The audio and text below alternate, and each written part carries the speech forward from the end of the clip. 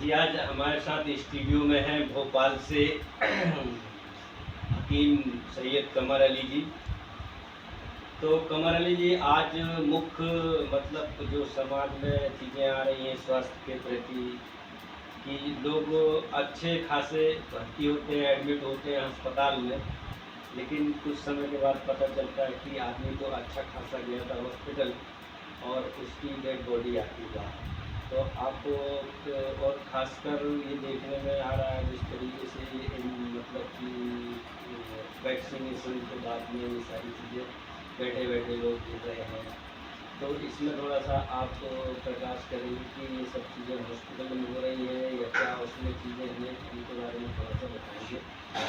सलाम, नमस्ते, सत श्री अकाल। जैसा आपने बहुत बढ़िया सवाल पूछा, ये सवाल हर एक व्यक्ति को पूछना चाहिए।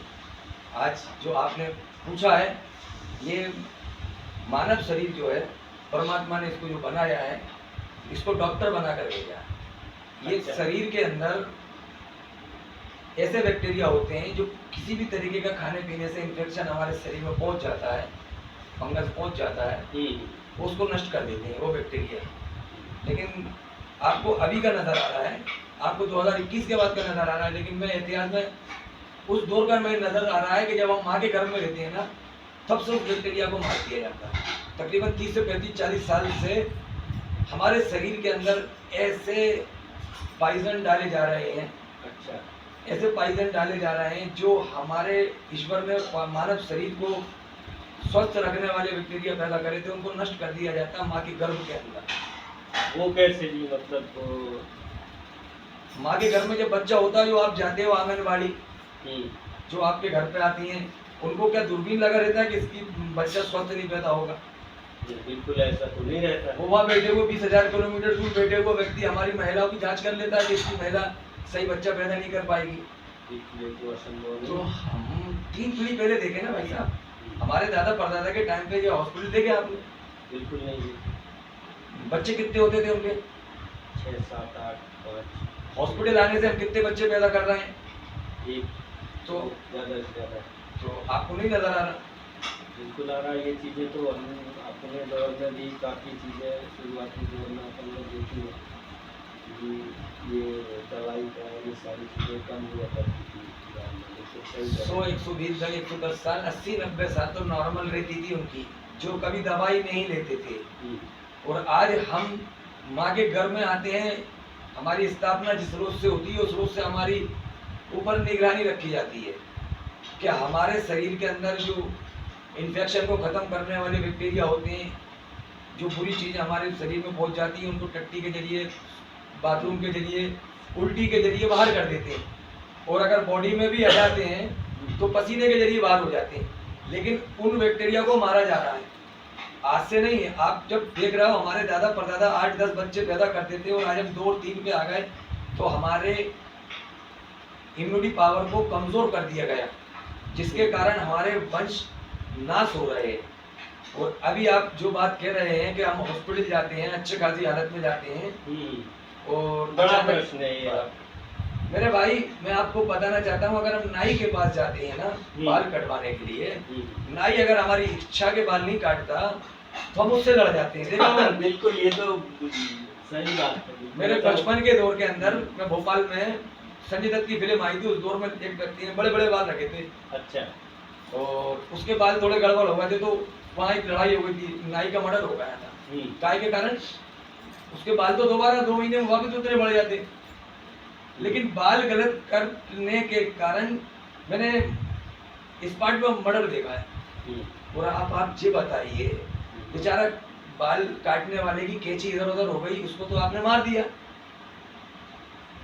क्योंकि आपके मुताबिक उसने बाल नहीं काटे, वो आपकी गारंटी में खरा नहीं उतरा। अगर मैं कोई चीज़ बनवाने जाता हूँ तो मैं आप मैकेनिक से इसका पूछता हूँ ना, भाई इसको चेक कर, इसमें क्या खर्चा है। वो बोलता है 200 रुपये का खर्चा है, मैं ठीक करके दे दूंगा। वो गारंटी लेता है, तभी तो आप उसको दे के आते हैं। बिल्कुल। जिस शरीर की कोई कीमत नहीं है, मानव शरीर की कोई कीमत है क्या? बहुमूल्य है। उस शरीर को उन शैतानों के तुम हवाले करते हो जो खुद गारंटी नहीं देते। जो खुद गारंटी नहीं लेते, जो 15 साल पढ़ाई कर कर आते हैं, करोड़ों रुपए की डिग्री हासिल करके आते हैं, लाखों रुपया आपके ऊपर ऑक्सीजन और दवाओं के नाम से लिया जाता है, जांच एमआरआई के नाम से, खून की पेशाब की जांचों के नाम से, लेकिन वो आपकी गारंटी नहीं लेता। आप नाई को सही मानेंगे? ये तो बहुत बड़ी बात आपने कही है। तो बताइए ना, अब मोची के पास जूता सिलवाने जाते हैं, आपकी इच्छा के मुताबिक अगर वो जूता नहीं बनाता तो उसके पैसे रोक लेते हैं आप। तो आप, मेरा ये प्रश्न है आप भारतवासियों से, जो आप प्रश्न कर रहे थे, मैं सभी से कहना चाहता हूँ, जब आप जिस डॉक्टर के पास अपना शरीर सौंप रहे हो, वो आपसे एग्रीमेंट करवाता है कि जिंदा बचो या मर जाओ, मेरी कोई जवाबदारी नहीं, तो आप उसको लाखों रुपया देते चले जाते हैं, महीनों आपको हॉस्पिटल में रखा जाता है। अब आयुष्मान के नाम से क्या है आपको मालूम है? आयुष्मान का मतलब क्या है? आपके बॉडी के ऊपर जो भी ट्रीटमेंट होगा वो इंडो इसराइल का होगा। अच्छा, ये भारत की गवर्नमेंट का थोड़ी है। आयुष्मान कार्ड काहे से बना है? आधार कार्ड से। आधार कार्ड का डेटा किसके पास? आधार कार्ड बनाने वाली भारत सरकार है क्या?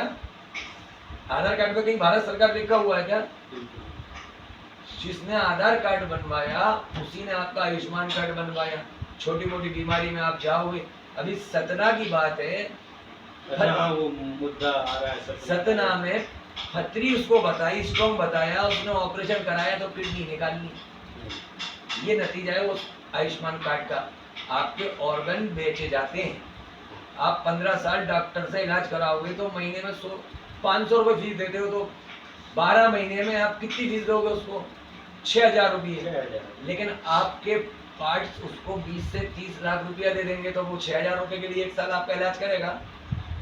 तो ज्यादा पैसा जहाँ 20 से 30 लाख रुपया उसको आपकी बॉडी नष्ट करने के मिल रहे हैं, आपको मृत्यु हासिल कराने का उसको पैसा मिल रहा है, तो वो आपको जीवित रखेगा क्या?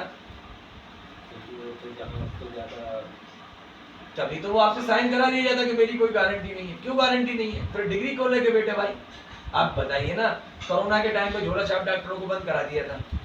क्यों करा दिया था? वो 50 रुपए में 30 रुपए में ठीक कर रहे थे, क्योंकि इनको मृत्यु का आंकड़ा दिखाना था, क्योंकि वो मारते नहीं थे, क्योंकि उनके अंदर आत्मा है, वो जीवित आत्मा, क्योंकि पड़ोस में रहते हैं, मोहल्ले के डॉक्टर है, वो पूरा मोहल्ला उनको जानता है, उनको मालूम है मैं किसी का बुरा कर दूंगा पूरा मोहल्ला मेरे ऊपर चढ़ पड़ेगा। और अब जिन हॉस्पिटलों में आप जाते हो, इधर बम्बई का डॉक्टर बैठा होगा, उधर गुजरात का बैठा होगा, उधर राजस्थान का बैठा होगा, अगर आप किसी भी तरीके का ऑब्जेक्शन उठाते हो, आपको दिखेगा किस डॉक्टर ने इनको मार दिया तो इनको हमने बंद करवा दिया। लेकिन भाई साहब बंद नहीं होते वो। अच्छा, आपको लगेगा पेपर के जरिए कि ये बंद हो गए।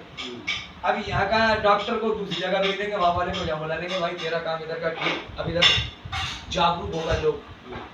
जब तक अंधभक्त है, जब तक वो डॉक्टर को कोई ट्रांसफर नहीं करेगा, या जागरूक हुए लोग, तो आपको ये लगेगा कि इस डॉक्टर से हमने बदला ले लिया, उसको जेल में बिठा दिया। वो जेल में नहीं बैठते भाई साहब, उनको टेंडर ही इसी चीज का मिला है कि पॉपुलेशन डिपॉपुलेशन एजेंडा 2030। अच्छा, जिस प्रकार एजेंडा 2030 का मतलब है हम 1900 साल पीछे की आबादी कितनी थी धरती के ऊपर। अच्छा, कोविड-19 समझते हैं ना, वैक्सीन समझते हैं, गाड़ी के पीछे लेने को बोलते हैं ना वैक, तो पृथ्वी के पिछले इतिहास उठाकर देखो, आज से 1900 साल पहले जो पृथ्वी पे मानव जाति रहती थी उतनी जाति को उनको रखना है। कोविड-19 बाल देवता को मानने वालों की शुरुआत की बिस्मिल्लाह होती है। अच्छा, यस, जिसको हम बोलते हैं ना 666 6 18 और 19 का होता है 1 और 9 10, पूरी हुकूमत, पूरी दुनिया की हुकूमत को जीरो करना है, वन वर्ल्ड गवर्नमेंट। अच्छा, मोदी जी जो हाँ, जो मोदी जी ने कोरोना के टाइम बोला था ना, हम उस दौर में जा रहे हैं, हम पीछे हट नहीं सकते। एक विश्व एक सरकार, one world government, one currency, एक हुकूमत। उन्होंने कहा ना कि हम उनके साथ रहना पड़ेगा। हम तो क्यों रहना पड़ेगा? हम उनके साथ क्यों रहें? क्या उस देश से हमारे घर में भोजन आता है क्या? जिस देश की ये हुकूमत बनाने के लिए खड़े हुए हैं, उस देश से मेरे देश में क्या चीज आती है जो मेरा नुकसान हो जाएगा मैं अगर उसकी बात ना मानूं तो? मेरे देश से सारी चीजें बच जाती है, तो मैं उसकी क्यों बात मानूं? मैं उस न्यू वर्ल्ड ऑर्डर में क्यों अपने देश को शामिल करूं? मेरे देश के संस्कारों को क्यों नष्ट करूं? वो ऐसी व्यवस्था। हाँ। तो ये एक नया मुद्दा है, इस विषय में फिर कभी आपको हम आमंत्रित करेंगे अपने स्टूडियो में। तो कहने का तात्पर्य ये है कि जो ये अपन हॉस्पिटल के मुद्दे पे चले थे, तो इससे मतलब जो हमारे देश के लोग किस तरीके से जागे और किस तरीके से बचाव हो, उसमें कुछ आप बात करें, फिर उसके बाद अपन मेरा तो देश के लोगों से यही विचार है कि जितना हो सके डॉक्टरों से बचो। डॉक्टर जो है दज्जाल है। दज्जाल की समझते हो? दज्जाल का मतलब धोखा देने वाले, दजल करने वाले, आपके साथ खिलवाड़ करने वाले, आपको मारने का टेंडर लिया। बड़े बड़े हॉस्पिटल जो बने ना, जितनी लग्जरी बने हैं, बस ये समझ लो कि अब आप हॉस्पिटल न जाओगे तो अच्छा जीवन गुजारोगे, अपने वंश को बचाओ। और आपके घर के आसपास औषध पैदा कर रही हैं, औषधियाँ जो आपके शरीर के लिए परफेक्ट रहती हैं। जो स्वास्थ्य आपका मांग रहा है वो आपके पड़ोस में ही है। वो चीज़ जो दवा आपका शरीर मांगता है ना, यहाँ पैदा हुआ उसके 20 किलोमीटर के एरिया में ही वो सारी चीज़ें रहती हैं। अगर तुम धर्म को मानते हो, किसी भी धर्म को, अगर तुम्हारे अंदर ईमान है, तो मेरा यही कहना है कि हमारे शरीर के अंदर जो परमात्मा ने डॉक्टर बिठाया है उसको जागरूक करो, और ये फार्मा कंपनियों के पीछे बिल्कुल न चलो। ये आपके नस्लों को खत्म करने का पैसा ले चुकी हैं। 2019 से पहले आपने इतने हॉस्पिटल कहीं देखे थे क्या? 19 के बाद ही आपको हॉस्पिटल बनाए, और जानबूझकर आपको ऑक्सीजन की जगह नाइट्रोजन गैस डाली गई, ऐसी जहरीली गैस डाली गई जो आपको फंडा दिखाया था ऑक्सीजन की कमी आ रही है। वो ऑक्सीजन सिलेंडरों के अंदर ऐसी केमिकल, ऐसी जहरें डाली कि रात को लगाया मास्क और सुबह बॉडी दी है। तो कहीं ना कहीं आपके कहने का इसका पूरा मतलब ये है कि जो अपने प्राकृतिक संसाधन मतलब जड़ी बूटी आसपास में जो है उनकी ज़्यादा से ज़्यादा जानकारी रखें, और उनसे जितना भी जो इलाज हो सकता है परमानेंट उनसे होता है उससे ट्रीटमेंट करें, और हॉस्पिटल के चक्कर में जितना कम से कम हो सके वो आप बच जाए। तो आज हमारे साथ में चर्चा में उपस्थित होने के लिए कुमारी जी आपका बहुत बहुत धन्यवाद, और फिर कभी हम आपको आमंत्रित करते हैं, तब तक के लिए ठीक।